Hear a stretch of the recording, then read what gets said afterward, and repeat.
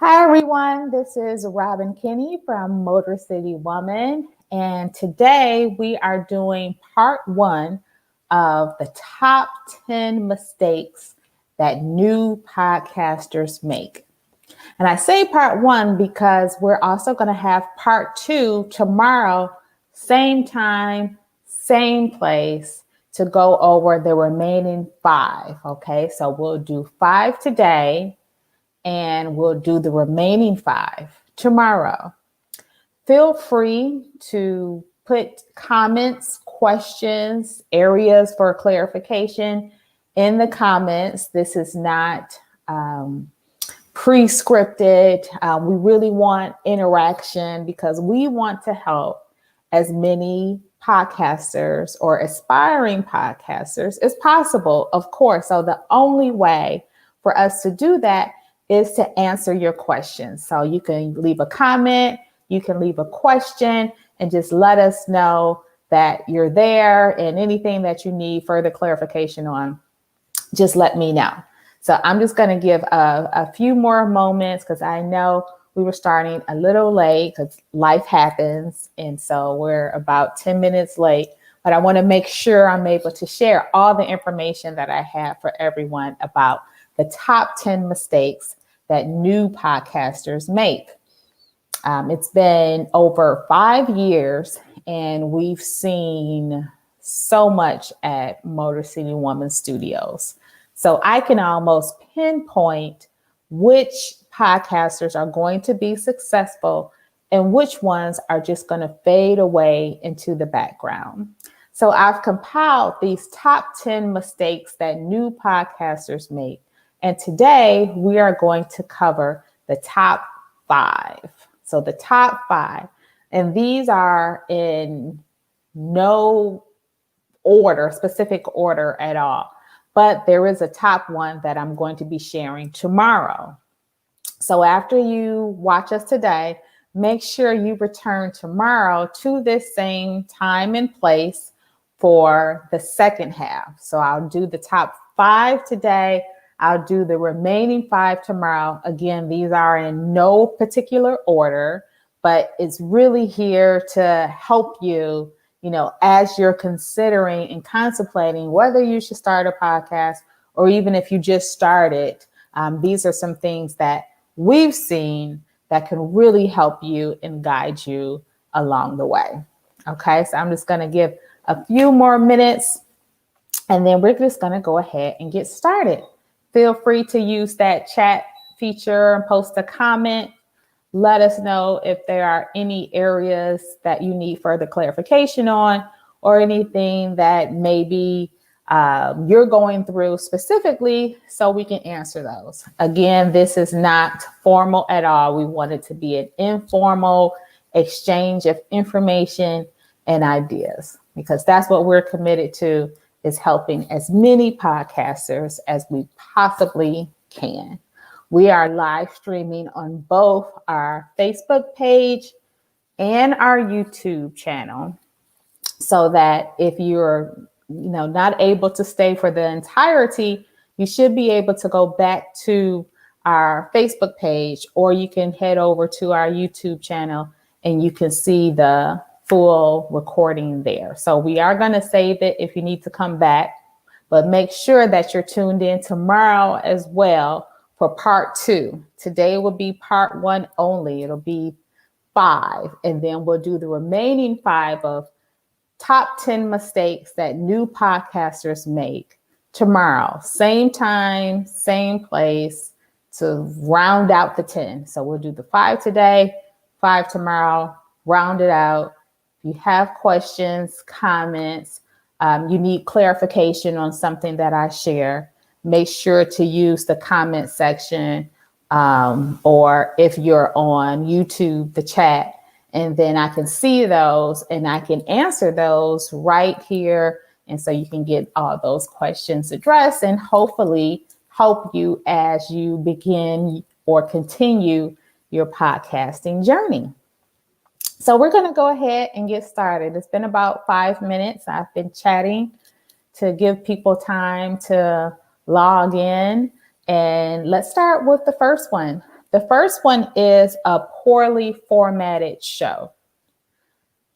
Most people, when they're considering doing a podcast, they think you sit down, you plug in your microphone, and you just start talking, and you're all over the place. You know, you may have a segment on music, and then you're, talking about your favorite foods, and there's really just no structure. And when you have a poorly formatted show, it doesn't give the listener the opportunity to know where you're headed. We need some sort of stability. We need some sort of structure. So there are some main structures and some different examples of podcasts, what we call outlines. So you can have a monologue. A monologue outline is when it's just you talking. You don't have any guests. You don't have a co-host.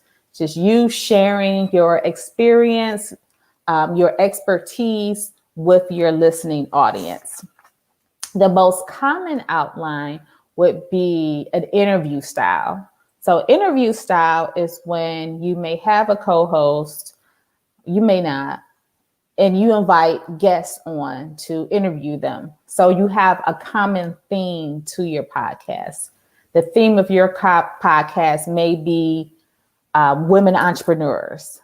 And if it's women entrepreneurs, then of course, all of your guests are women entrepreneurs. You typically would ask them the same questions to hark back to and connect that back to the theme and the whole purpose and mission of your show. Okay. Another type is what we call like a round table.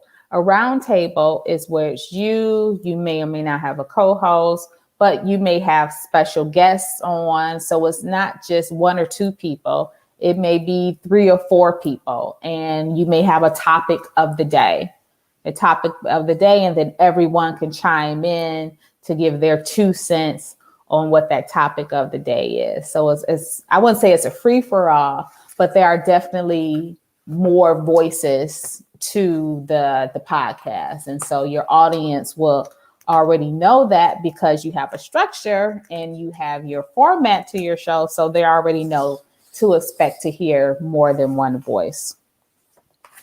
Now, also the next, I'm just flipping over my notes here. I kept all of this together.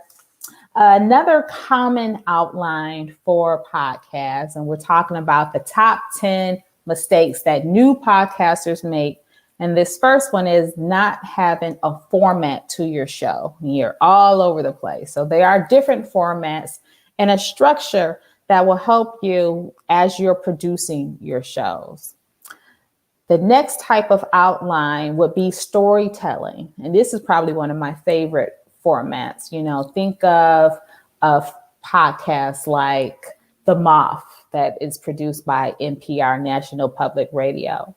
It's where you may have a ton of different voices coming on and giving their experience on something and telling a story. So it's more captivating. It may or may not talk about current issues, but it may talk about childhood. So don't be afraid to explore the storytelling outline just because it's a different type of podcast, but it's very interesting and can be very captivating depending on the type of podcast you have and also your mission for your podcast. And you'll notice I keep bringing up the mission of your podcast because that is of utmost importance. And I'll be talking about that as well. The next top 10 mistakes that new podcasters make would be not having the proper tools. Okay.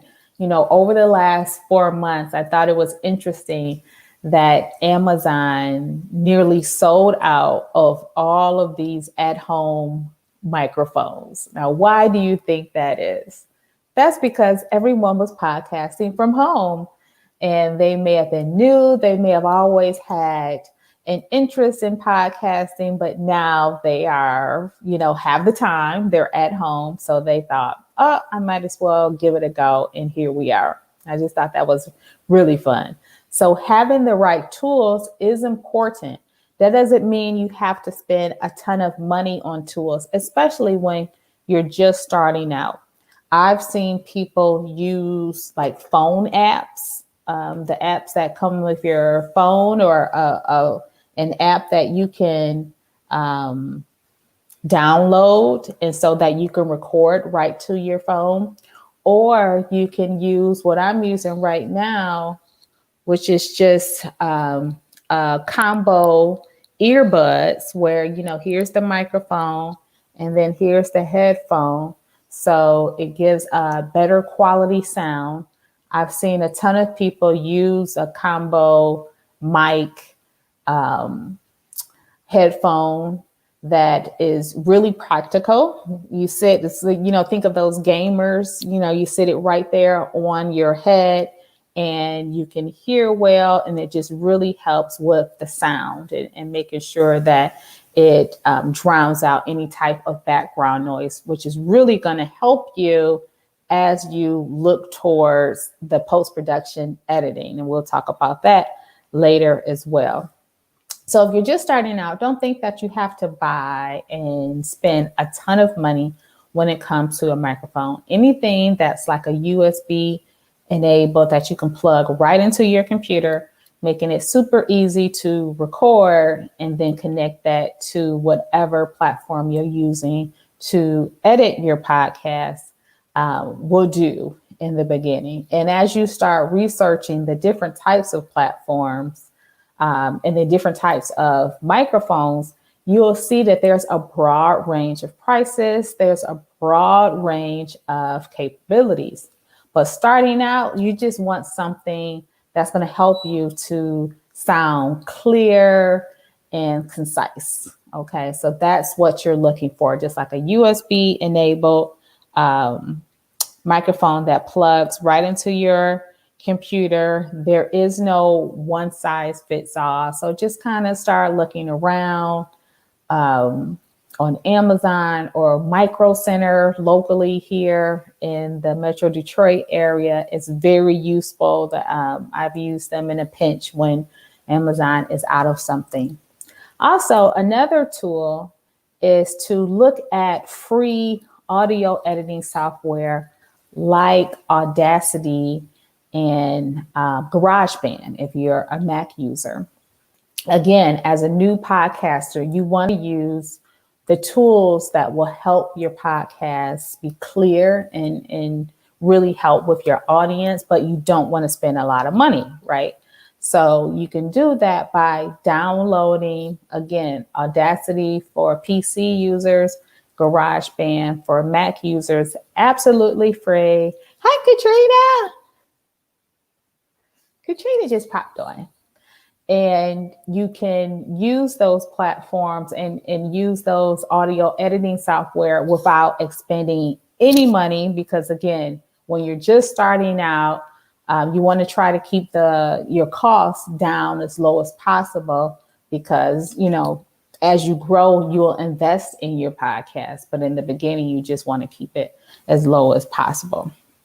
Okay, another tool that I've seen that really is helpful is, let's see, well, of course, Adobe Audition. That's really the industry standard when it comes to post-production editing. But if that's something that's just going to give you headaches and you're going to hate it, you can look at outsourcing it. There's a ton of Facebook groups committed to podcast editors.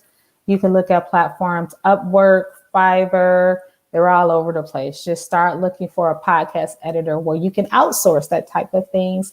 And of course, at Motor City Woman Studios, that's one of our a la carte services for podcasters who they may podcast at home, so they don't need us for the recording part, but they want to have us do all of their post-production editing, which is fine. So you would just send me the file to edit. I add the music and shine it all up and upload it for you to your RSS feed. So if that's a service that you're interested in and you don't want the headache of post-production editing, you can actually just head to our website, motorcitywoman.com, And under services, if you click on services, you'll see a la carte services. So those are services that you can just piece together, saying that, Robin, I don't need you for the recording part, the marketing part, but I just need you to edit my podcast. Boom, we're there. We can help you out. All right. Third of the top 10 mistakes new podcasters make is not having a niche. Okay, so what does that mean? That means you start a podcast and you say, oh, everyone's going to like my podcast. Everyone's going to be able to get something out of it. The whole world is my audience. And that's never true. You want to be able to drill down who is going to benefit from listening to your podcast. What are you creating the podcast for? What do you want the effect to be? So as you start thinking of your niche, start thinking of your audience. And you can never be too specific when it comes to podcasts. And that's because there are so many, okay? We're, if not knocking on, surpassing the 1 million mark. I believe recently we did surpass the 1 million mark of podcasts on Apple Podcasts. And that doesn't mean that, oh, if there's already a podcast out there, I shouldn't launch mine, because yours will be unique because you are unique. But it does mean that having a niche makes it easier for your listeners and prospective listeners to find you. So be as specific as possible when it comes to your podcast. If you say, I want to talk about education.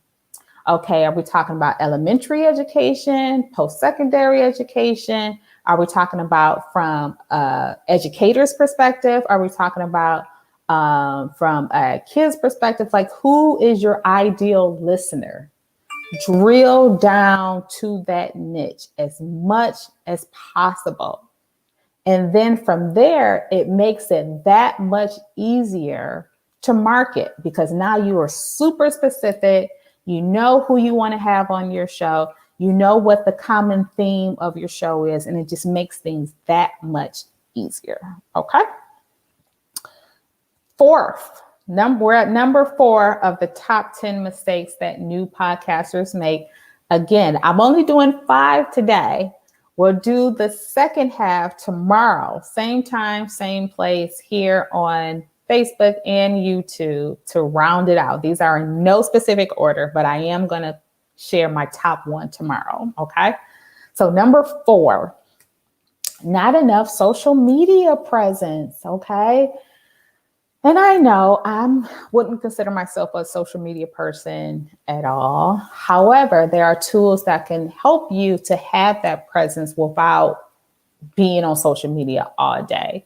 One of the tools that I use is called Hootsuite, Planopoly.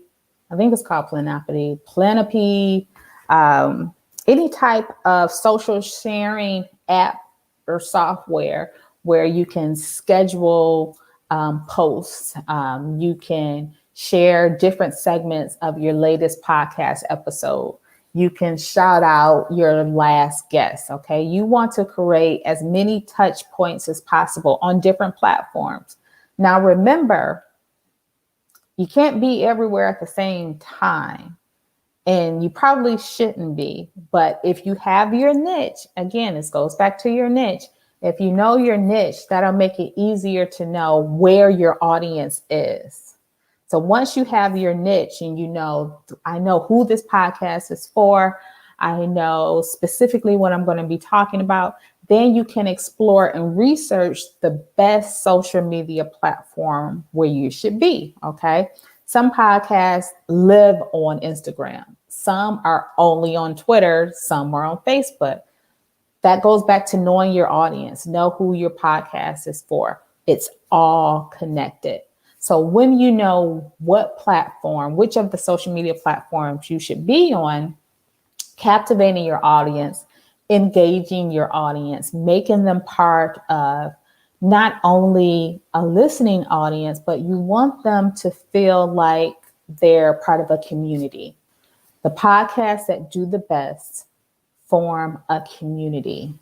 So they're not just talking at their listeners, but the listeners feel engaged. They feel like they have a stake in it.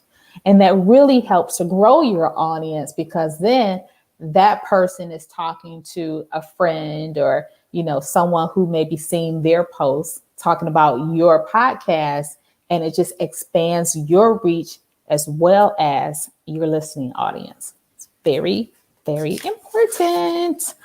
Okay.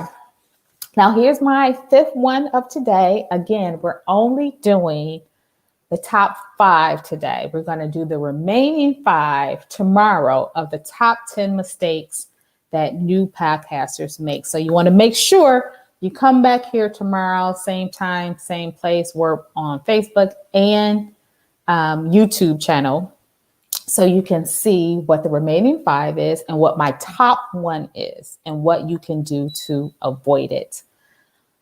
Most new podcasters, they don't get the most out of their content, okay? When I say that, I'm talking about repurposing, okay? So they may upload something to their Facebook page or their Instagram, and then that's it, okay? You want to be able to repurpose it so you don't drive yourself completely insane. What that looks like is you have one episode. Let's say your episode is like 20, 30 minutes. From that one episode, you can do an audiogram for Instagram. You can turn the show notes into a blog post for your community and send out a newsletter to people who have been subscribing to your email. And you should be having people or inviting people to subscribe to your newsletter and giving some sort of call to action on every episode. So then it increases your numbers of podcast listeners.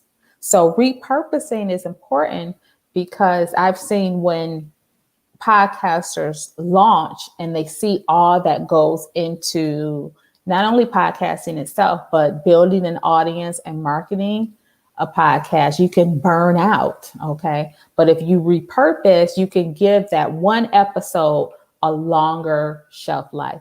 Hi, Rachel. Yep. I'll be here when you're ready to launch. Thanks for tuning in. So we were talking about getting the most out of the podcast itself. So that's all about repurposing. We've put a ton of resources on our website, motorcitywoman.com, where you can look at some guides and some templates. But I really recommend anyone who's looking at starting a podcast to enroll in our course. So our course is, and I'm going to put the link in the chat feature here. Our course includes videos, of yours truly going step by step of the process for someone who maybe you're not into a lot of technology. So this course is perfect for you, because I really break down the steps to building your podcast, and it includes downloadable templates and guides to help you along the way. So I'm going to put in the chat right now. Give me a minute so you can check out our course here, which a lot of people have found. Let's see here. Have found helpful. I just put it in the chat there. So you can click right there for our on-demand course. And when I say on-demand, it means that it's ready whenever you are. You can look at the courses in the daytime, in the middle of the night. You can pause them, come back to them. Once you're enrolled, you have lifetime access to it. And in addition to that, you can always contact me for any questions that you may have. And my email address, which I'm going to put in the chat right now as well, it's just robin@motorcitywoman.com. So that has been the top 5 of the top 10 mistakes that new podcasters make. We will continue tomorrow, same time, same place.